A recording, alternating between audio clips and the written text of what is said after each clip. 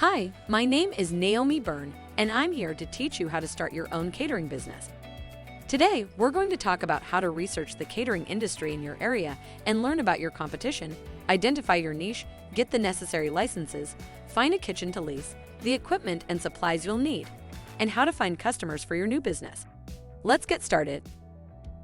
The first step in creating your catering business is to research the catering industry in your area. Researching local catering businesses is a great way to identify gaps in the market, as it allows you to assess existing services and determine what is missing.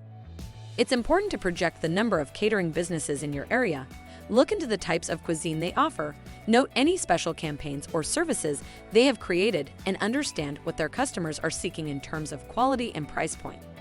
With this knowledge, you can then offer more competitive services that differentiate from those already available in your area and make your catering business stand out among the crowd. You want to determine, is there a gap in the market? Perhaps you can offer a different type of cuisine or a different level of service. Identify the niche in the market that your catering business will serve.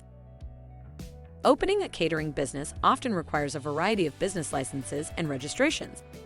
First, you'll need to register for an Employer Identification Number, or EIN, from the IRS. Next, you'll need to research what licenses are required in your state. Every state has mandatory requirements for food service vendors. You'll also need to get your ServSafe certification as a food handler. This will help you clear your state and local licensing requirements by demonstrating you understand how to properly handle food. Now that you have identified your cuisine and registered your new catering company, it's time to solve one of your most important challenges: kitchen space. There are a few options for kitchen use for your catering company, each with their positives and negatives. Let's explore 4 options. First, you can rent or lease a commercial kitchen space. This only makes sense for a catering company if you have a high enough volume of work to make use of your own facility. This is the most expensive and involved option. The next option is to subcontract to event spaces that have their own commercial kitchens. For example, there may be a conference center in your town with a commercial kitchen. You could become a catering vendor for the conference center. The third option is to rent space at a commissary kitchen, also known as a shared kitchen.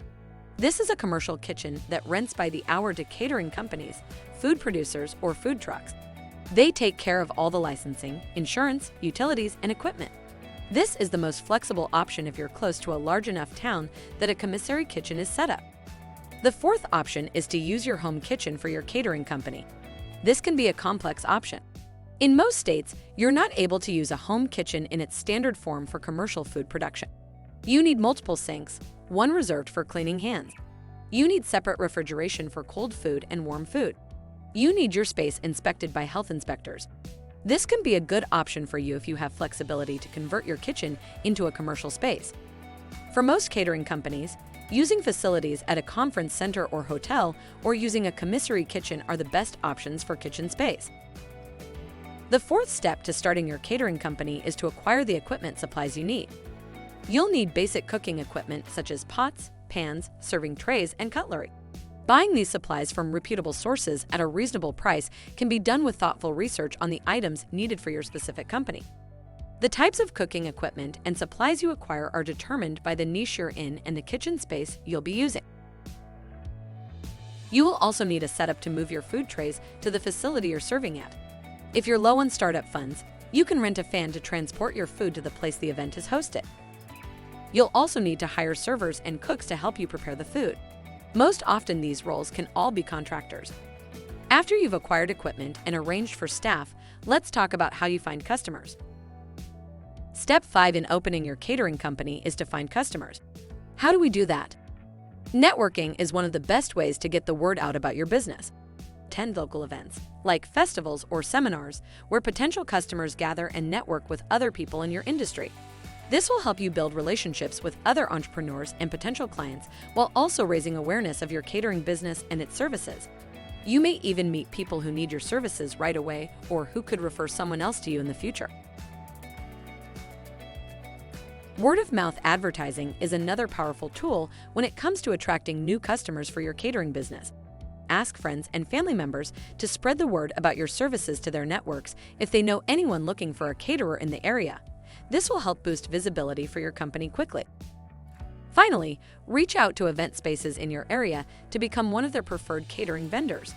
Most event spaces have exclusive contracts with catering companies and require events to use these services. Becoming a preferred vendor could open the doors to a lot of potential new customers for your catering company. Thank you for taking the time to learn about how to open your own catering company.